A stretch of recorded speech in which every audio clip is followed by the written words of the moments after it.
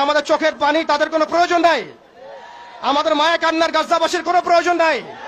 গাজাবাসীর প্রয়োজন অর্থনৈতিক সাপোর্ট, গাজাবাসীর প্রয়োজন সামরিক সাপোর্ট, গাজাবাসীর প্রয়োজন এমন একটা জাইশ, এমন একটা ফোর্স যেটা বাহির থেকে গিয়ে বাইতুল মুকাদ্দাসকে উদ্ধার করবে ইনশাআল্লাহ।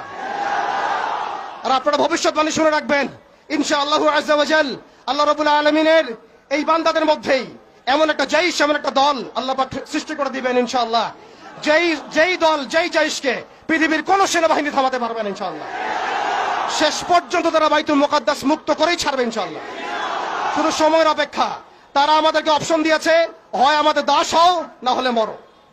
শেষ কথা, তারা আমাদেরকে অপশন দিয়ে দিয়েছে, হয় আমরা তাদের দাসত্ব করব না হলে মরবো। আমরাও বলে দিচ্ছি, আমরা দাসত্ব করব না। আমরা হয় শহীদ হব অথবা স্বাধীনতা ছিনিয়ে নিয়ে আসবো ইনশাআল্লাহ। হয় আমরা শহীদ হব না হলে স্বাধীনতা ছিনিয়ে নিয়ে আসবো ইনশাআল্লাহ।